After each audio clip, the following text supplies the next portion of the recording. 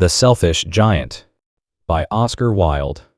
Every afternoon, as they were coming from school, the children used to go and play in the giant's garden.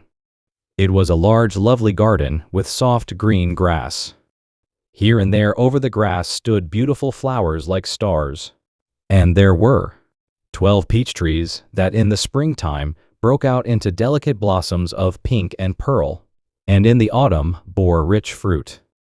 The birds sat on the trees and sang so sweetly that the children used to stop their games to listen to them.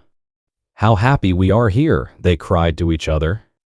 One day, the giant came back. He had been to visit his friend the Cornish ogre and had stayed with him for 7 years. After the 7 years were over, he had said all that he had to say, for his conversation was limited, and he determined to return to his own castle. When he arrived, he saw the children playing in the garden. "What are you doing here?" he cried in a very gruff voice, and the children ran away. "My own garden is my own garden," said the giant. "Anyone can understand that, and I will allow nobody to play in it but myself." So he built a high wall all round it and put up a notice board. "Trespassers will be persecuted." He was a very selfish giant. The poor children had now nowhere to play. They tried to play on the road, but the road was very dusty and full of hard stones, and they did not like it. They used to wander round the high walls when their lessons were over and talk about the beautiful garden inside. "How happy we were there," they said to each other.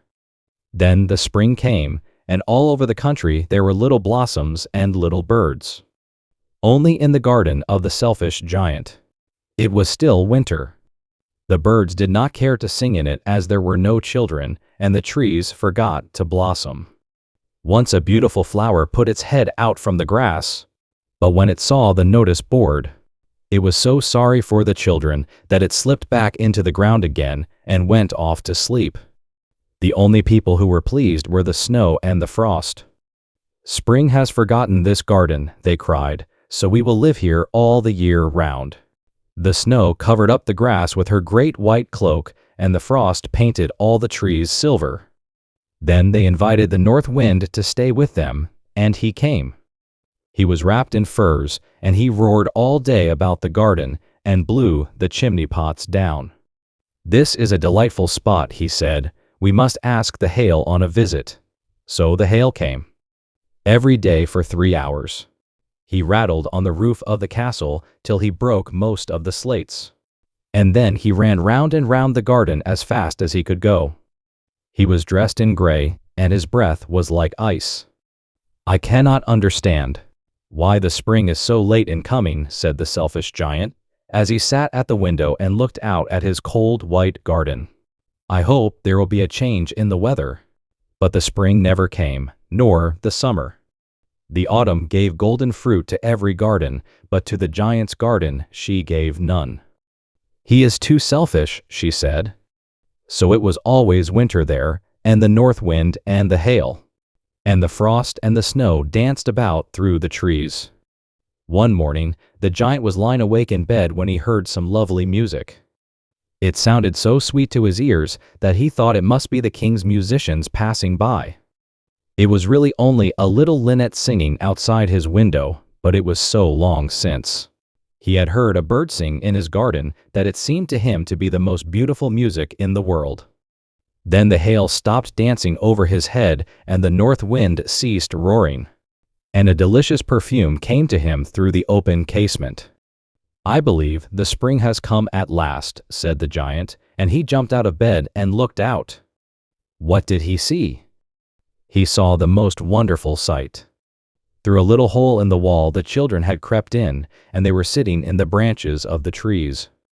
In every tree that he could see there was a little child. And the trees were so glad to have the children back again that they had covered themselves with blossoms, and were waving their arms gently above the children's heads.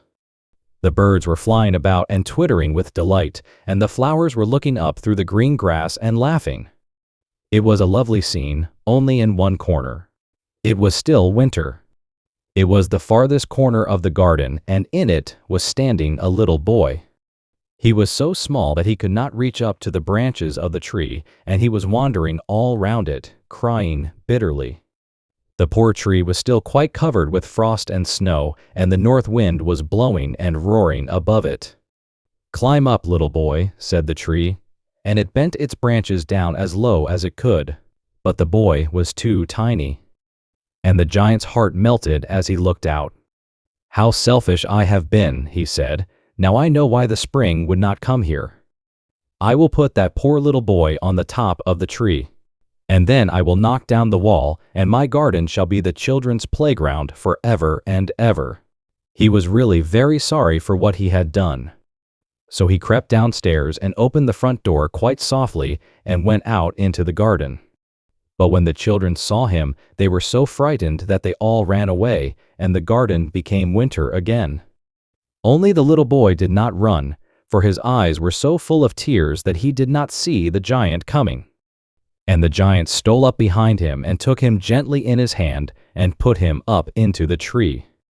And the tree broke at once into blossom, and the birds came and sang on it. And the little boy stretched out his 2 arms and flung them round the giant's neck, and kissed him. And the other children, when they saw that the giant was not wicked any longer, came running back. And with them came the spring. "It is your garden now, little children," said the giant, and he took a great axe and knocked down the wall. And when the people were going to market at 12 o'clock, they found the giant playing with the children in the most beautiful garden they had ever seen. All day long they played, and in the evening they came to the giant to bid him goodbye. "But where is your little companion?" he said, "the boy I put into the tree?" The giant loved him the best because he had kissed him. "We don't know," answered the children. "He has gone away." "You must tell him to be sure and come here tomorrow," said the giant. But the children said they did not know where he lived and had never seen him before, and the giant felt very sad. Every afternoon, when school was over, the children came and played with the giant. But the little boy whom the giant loved was never seen again. Years went over, and the giant grew very old and feeble. He could not play about any more, so he sat in a huge armchair and watched the children at their games, and admired his garden. "I have many beautiful flowers," he said, "but the children are the most beautiful flowers of all." One winter morning he looked out of his window as he was dressing. He did not hate the winter now, for he knew that it was merely the spring asleep, and that the flowers were resting. Suddenly he rubbed his eyes in wonder and looked and looked. It certainly was a marvelous sight. In the farthest corner of the garden was a tree quite covered with lovely white blossoms. Its branches were all golden, and silver fruit hung down from them, and underneath it stood the little boy he had loved. Downstairs ran the giant in great joy and out into the garden. He hurried across the grass and came near to the child. And when he came quite close, his face grew red with anger, and he said, "Who hath dared to wound thee?" For on the palms of the child's hands were the prints of 2 nails. And the prints of 2 nails were on the little feet. "Who hath dared to wound thee?" cried the giant. "Tell me, that I may take my big sword and slay him." "Nay," answered the child, "but these are the wounds of love." "Who art thou?" said the giant, and a strange awe fell on him, and he knelt before the little child. And the child smiled on the giant, and said to him, "You let me play once in your garden today. You shall come with me to my garden, which is paradise." And when the children ran in that afternoon, they found the giant lying dead under the tree, all covered with white blossoms.